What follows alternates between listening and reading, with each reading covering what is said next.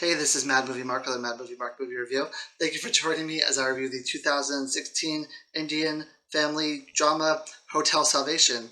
Hotel Salvation has a 100% fresh rating from the critics on Rotten Tomatoes and a 76% fresh rating from the audience.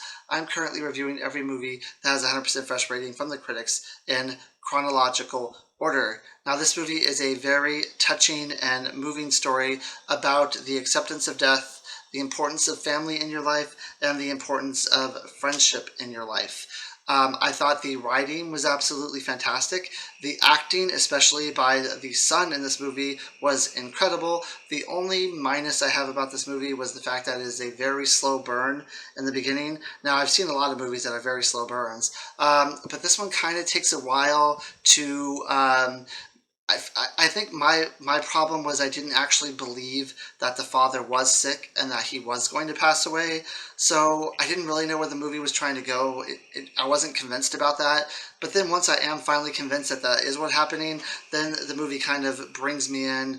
I kind of believe what's going on, and then I'm more invested in the movie. But I would say in the beginning of the movie, I wasn't all that invested. So we have a father here named Daya, who is 77 years old, and he had a dream, or he's been having dreams, that he is going to pass away and that it's his time to go. So he decides he wants to go to the Varanasi, which is a city in India. And at the Varanasi city, there is a hotel where people go to spend their last days. It's built on the Ganges River, so it's got a pretty nice view. And this is just it's considered like a holy city, and this is just kind of what you do. So he decides he wants to go there, and his son Rajiv is reluctant to go with him because he doesn't believe that his father is dying. He thinks that his father is mistaken. He keeps asking, like throughout the beginning of the movie, like, "Hey, why do you think you're going to pass away? What sparked all of this?" And his father just says, "Well, I had a dream, but when you know, you just know. There's this feeling I have that it's my time to go, and I'm just convinced that this is going to happen." So he reluctantly goes with his father to the city. He uproots his entire life. He has a job that he works at that he kind of has to take some time off from, but he's constantly on his cell phone while he's in this holy city with his father with his work, because like I said, he doesn't really believe at first that his father is going to pass away. He thinks that this is just something that his father's mistaken about. They're just kind of there for no reason. They're going to eventually go home in 2 weeks. Now at this place, this hotel that they're at, they're only allowed to stay for 2 weeks. And if you don't pass away after 2 weeks, you're supposed to go home, come back when you think it's going to happen. But there's a lot of bending of the rules here. So there's a woman that we meet later in the movie who becomes friends with Daya, and she's been there for 18 years. And they say, like, 18 years, how is that possible? You're only supposed to be here for 2 weeks. Well, after the 2 weeks, they just changed my name, and they put me down as a different, like, name in the guest book. And they've just been doing this for, like, 18 years, apparently. Her husband passed away at this hotel, and she's just been waiting 18 years for her to now pass away. Now, she becomes really good friends with Daya, and it's a friendship that, it doesn't seem like he has in his life. He seems like he's pretty lonely, and he's very happy to be at this hotel, and he really thinks that this is the place he needs to be. Now, his son, on the other hand, like I said, he doesn't believe it. He's always on his phone. There comes a point in the middle of the movie, though, where Daya says that he becomes very sick, and he thinks that it's about to happen. It doesn't actually happen at this point, but you kind of get the feeling that maybe it is going to happen. Maybe there is a sense of urgency that the father is correct, that the dreams were correct, that maybe you really do know when it's going to happen internally. It's only a feeling that you get when that time comes, or that time is about to come. So, they stay at the hotel. Daya, like I said, is making friends with this woman. Now, there's going to be spoilers here, and all my reviews are spoilers, so if you don't want to know the end of the movie, you don't want to know how things happen, then I would just go ahead and turn it off right now, because I'm going to go ahead and do spoilers here. So this woman ends up passing away, which really affects Daya. He gets really sad about this because, like, she was his friend, and, what a coincidence that right when he shows up is, like, right when she decides she's going to pass away.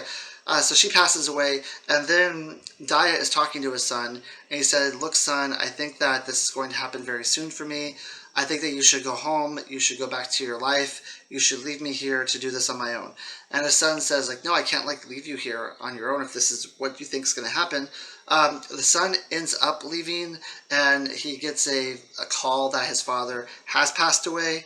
So he goes back to the city, and he ends up, we see like a funeral procession of him carrying his father's casket, and he's just like breaking down and crying, and is so emotional that this is happening.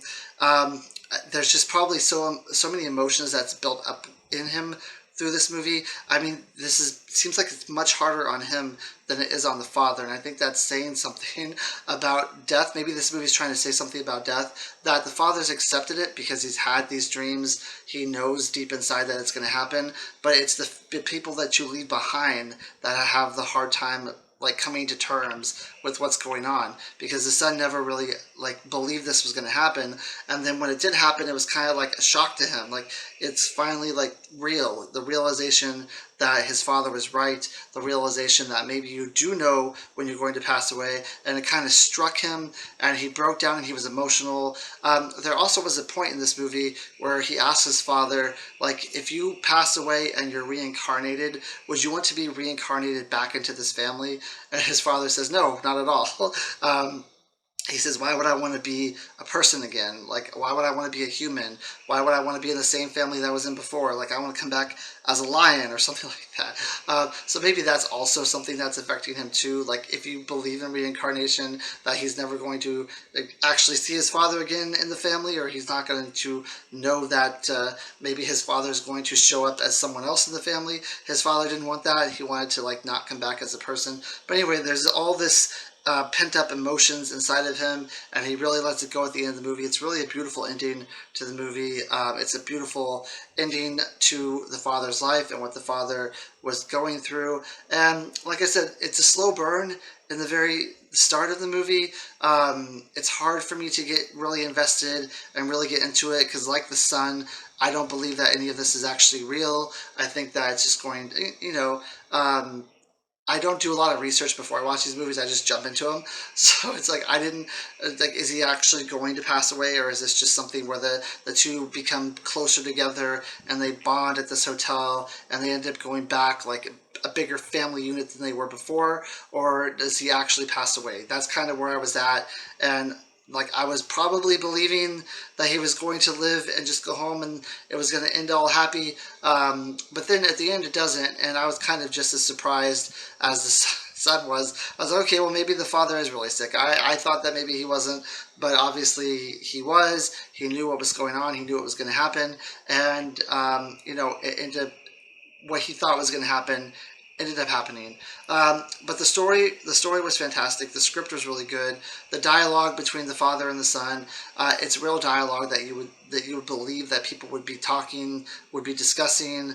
It's almost like you're watching their lives play out in front of you, not actually watching a movie, but you're actually watching a family go through this. And it's really touching, especially if you've lost a parent like I have. It's really hard to watch these kind of movies and to know that maybe my mom knew that it was her time before she left. But it's a touching movie. I give it an 8 out of 10. I hope you join me next time when I review a movie that is not a good movie, Mr. Roosevelt. Have a good day.